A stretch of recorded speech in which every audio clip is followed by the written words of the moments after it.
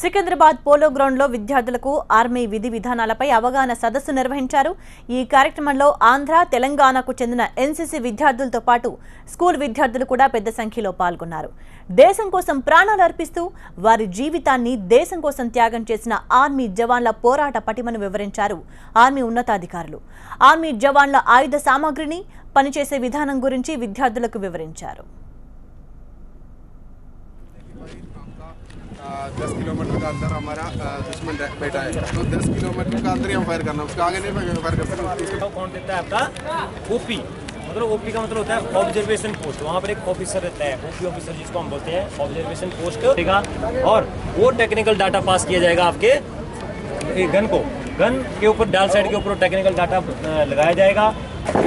का हम मॉडिफाई किए गए, ठीक है, आप किसके मॉडिफाइड किए गए हैं।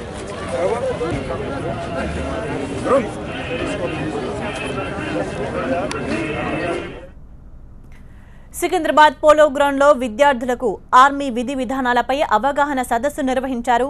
ఈ కార్యక్రమంలో ఆంధ్ర, తెలంగాణకు చెందిన ఎన్సీసీ విద్యార్థులతో పాటు స్కూల్ విద్యార్థులు కూడా పెద్ద సంఖ్యలో పాల్గొన్నారు.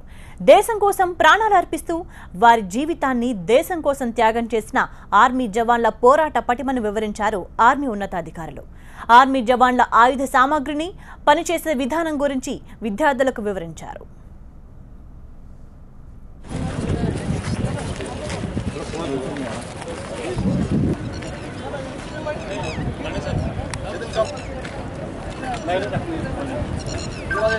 ठीक है, अभी इसका मैं आपको बता रहा था। Camp, every year we call it annual training camp. I run almost 15 camps. Today is one of such camps.